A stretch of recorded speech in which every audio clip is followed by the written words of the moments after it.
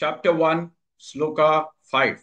दृष्टकेतुश्चेकितानः दृष्टकेतुश्चेकितानः दृष्टकेतुश्चेकितानः काशीराजश्च वीर्यवान् काशीराजश्च वीर्यवान् काशीराजश्च वीर्यवान् दृष्टकेतुश्चेकितानः काशीराजश्च वीर्यवान् दृष्टकेतुश्चेकितानः काशीराजश्च वीर्यवान् दृष्टकेतुश्चेकितानः काशीराजश्च वीर्यवान् दृष्टकेतुश्चेकितानः काशीराजश्च वीर्यवान् दृष्टकेतुश्चेकितानः काशीराजश्च वीर्यवान्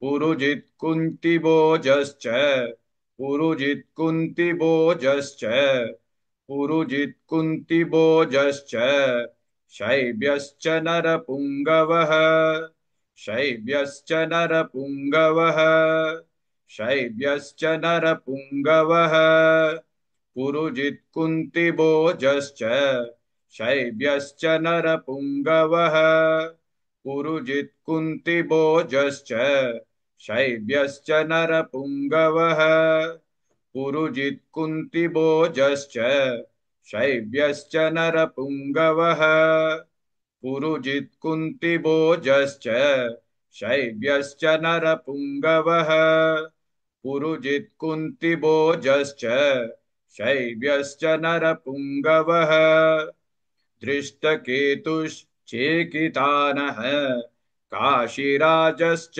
वीर्यवान् पुरुजित्कुन्तिभोजश्च शैब्यश्च नरपुङ्गवः.